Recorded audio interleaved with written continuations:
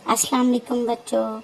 हज़रत सलमान रज़ी अल्लाह ताला अन्हो फरमाते हैं कि हम हजूर सल्लल्लाहु अलैहि वसल्लम के इर्द गिर्द बैठे हुए थे कि इतने में हज़रत उम्मे ऐमन रज़ी अल्लाह ताला अन्हो आई और उन्होंने कहा, या रसूलुल्लाह सल्लल्लाहु अलैहि वसल्लम, हसन और हुसैन रज़ी अल्लाह ताला अन्हो गुम हो गए हैं। इस वक्त दिन चढ़ चुका था।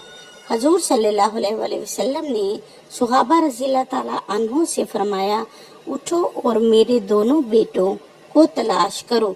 चुनाचे हर आदमी ने अपना रास्ता लिया और चल पड़ा और मैं हजूर सल्लल्लाहु अलैहि वसल्लम का रास्ता लेकर चल पड़ा।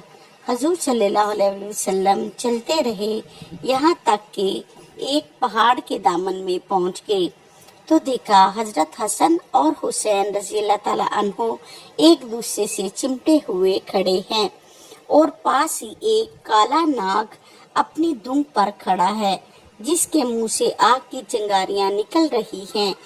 गालिबन अल्लाह ने नाग भेजा था कि बच्चों को आगे जाने से रोके। हजूर सल्लल्लाहु अलैहि वसल्लम जल्दी से नाग की तरफ बढ़े।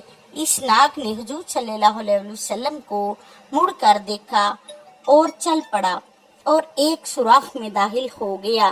फिर हुजूर सल्लल्लाहु अलैहि वसल्लम इन दोनों के पास गए और दोनों को एक दूसरे से जुदा किया और दोनों के चेहरे पर हाथ फेरा और फरमाया, मेरे माँ बाप तुम दोनों पर कुर्बान हो।